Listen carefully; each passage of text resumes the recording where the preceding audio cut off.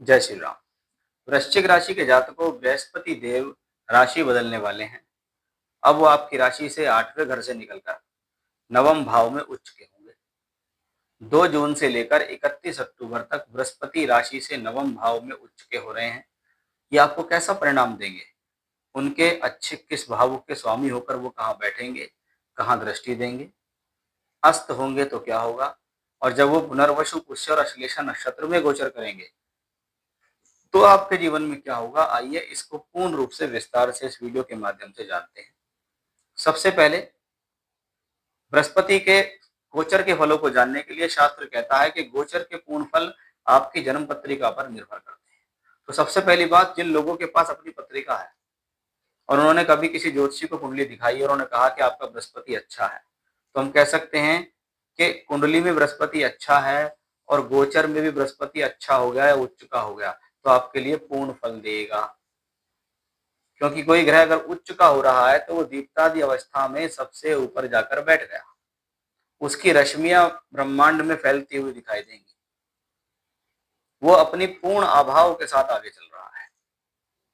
अब अगर कुंडली के अंदर बृहस्पति की स्थिति अच्छी नहीं है तो ये बृहस्पति सिर्फ गोचर के औसत रूप के फल ही आपको दे पाएगा।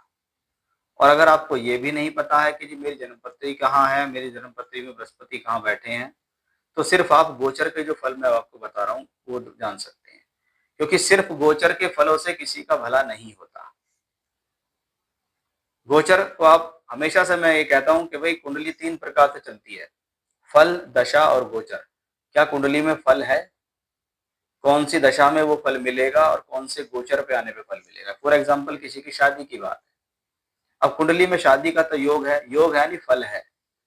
कौन सी दशा में आएगी कि जब वो 26 साल का होगा तब उसकी शादी होगी, और उस समय पे ये वाला गोचर चल रहा होगा तब उसकी शादी होगी। यानी शादी का फल तो पहले ही पता लग गया। इसका मतलब ये थोड़ी है कि जैसे ही गोचर आएगा 7वें घर से कनेक्शन बनेगा शादी हो जाएगी, और बच्चे की उम्र है 6 साल, तो कैसे शादी हो जाएगी?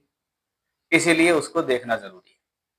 तो ये जो गोचर का सिद्धांत है जो मैंने आपको सबसे पहले बताया। अब हमने देखा कि वृश्चिक राशि के जातकों के लिए बृहस्पति परम मित्र हैं, क्योंकि वो दूसरे और 5वें घर के मालिक होकर 9th हाउस में उच्च के होंगे। दूसरा घर जो कि धन का, कुटुंब का, परिवार का, बोलचाल का, वाणी का, नियम का, अनुशासन का, फाइनेंस का, पैसे का है। पंचम भाव जो कि शिक्षा, विद्या, बुद्धि, ज्ञान, हमारे डिसीजंस का है, और वो नवम भाव में उच्च का होगा। तो सबसे पहले ये स्थिति धन फाइनेंस के लिए अच्छी है, कुटुंब परिवार के सहयोग के लिए अच्छी है, कुटुंब वृद्धि करने वाली, पैसे की वृद्धि करने वाली, आपकी बोलचाल के माध्यम से आपको धन कमाने का मौका देती है। क्योंकि वो 9th हाउस में उच्च की और 9वां घर मेरे भाग्य का है, तो भाग्य की स्थिति को बली करना, आपका धन का भाग्य से संबंध बनाना गुरु की बदौलत है। गुरु 9th हाउस में उच्च के है, इस दौरान कोई अच्छे गुरु प्राप्त हो सकते हैं।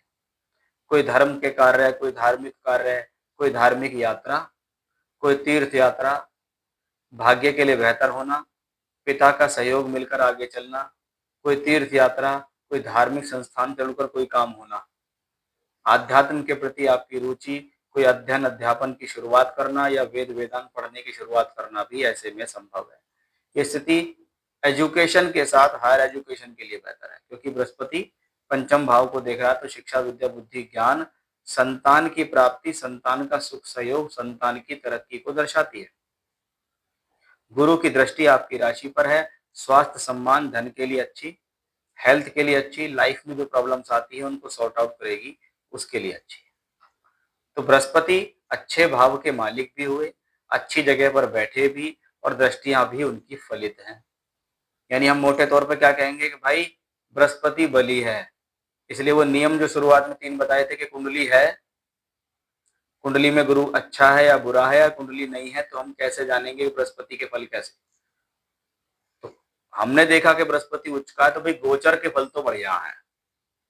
अब पूर्ण फल चाहिए तो वो नियम आपको लगाने पड़ेंगे। अब इसको और बारीकी से देखते हैं।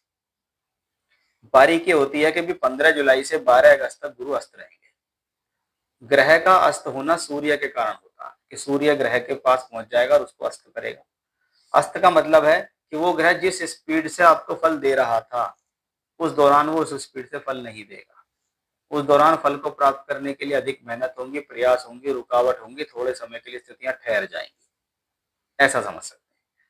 अब यहाँ पर बृहस्पति पुनर्वसु, पुष्य और अश्लेषा नक्षत्र में भी गोचर करता है, जिसमें मैं पुष्य नक्षत्र से शुरुआत करना चाहूंगा कि 18 जून से 19 अगस्त तक, यानी राशि परिवर्तन के सिर्फ 16 दिन बाद बृहस्पति पुष्य नक्षत्र में पहुंच जाएंगे। अब पुष्य नक्षत्र को कहते हैं लोग बाग ये शनि का नक्षत्र है, जबकि शनि का नक्षत्र नहीं है। जो लोग पुष्य नक्षत्र में पैदा होते हैं उनको शनि की दशा मिलती है, जबकि जैसे हर राशि का एक देवता है, जैसे आपकी राशि वृश्चिक है, वृश्चिक के स्वामी देवता मंगल है, ऐसे ही पुष्य नक्षत्र के स्वामी देवता स्वयं बृहस्पति और गुरु ही हैं।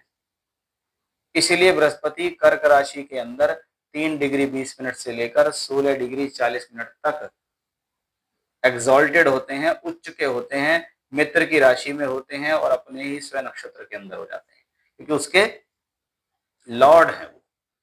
पुष्य नक्षत्र पोषण करने वाला नक्षत्र है, वो बृहस्पति का नरिशमेंट कर रहा, बृहस्पति को पोषण दे रहा, बृहस्पति के कारकत्व को बढ़ा रहा। यानी यहां पर बृहस्पति का उच्च का होना, खुद नक्षत्र के लॉर्ड होना, धर्म, ज्ञान और धन तीनों में बढ़ोतरी करता है, गुरु के गुणों को बढ़ा देता है। अब जो भी लोग डेयरी का काम, पशुपालन का काम, कृषि का, राजनीति का, प्रॉपर्टी का, आध्यात्मिक गुरु, पूजा पाठ, वेद वेदांग, टीचिंग, जल से जुड़े हुए कार्य, नर्सिंग, डॉक्टर, वकालत, ऐसे क्षेत्रों से जुड़कर काम कर रहे हैं, उनके लिए ये बृहस्पति बड़ा सॉलिड है कि अगर इन चीजों से जुड़ के काम कर रहे हो तो ये समय में वो काम बहुत बढ़ेंगे। ऐसी चीजों से जुड़कर काम करते हो तो आपके लिए बेहतर हो जाता है। यानी वैसे तो सभी के लिए बेहतर है, लेकिन इनके लिए स्पेशल है, क्योंकि ये सब काम जो मैंने आपको बताए ये पुष्य नक्षत्र के काम है।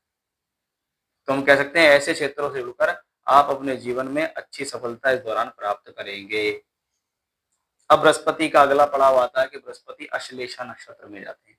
अब अश्लेषा नक्षत्र बुध का नक्षत्र नहीं है, बुध की दशा मिलती है, लेकिन अश्लेषा नक्षत्र के जो लॉर्ड है वो कौन है? सर्प है। अब गुरु का सर्प से संबंध है कि उच्च का बृहस्पति सर्प के नक्षत्र में ट्रांजिट करेगा।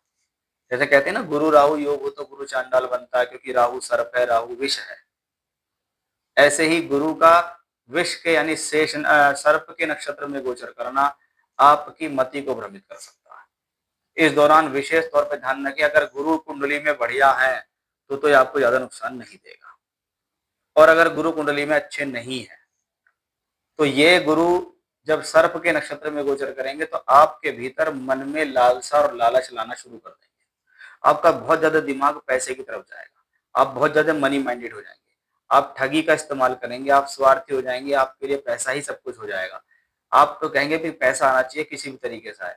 तो बहुत बार ऐसी स्थितियों में गलत कामों से पैसा कमाना, मादक पदार्थों से पैसा कमाना, गलत चीजों को बेचकर पैसा कमाना, बहुत बार विष से, तंत्र से, आडंबर से, ठगी से, स्वार्थ से, ऐसी चीजों के प्रति आपका रुझान बढ़ेगा।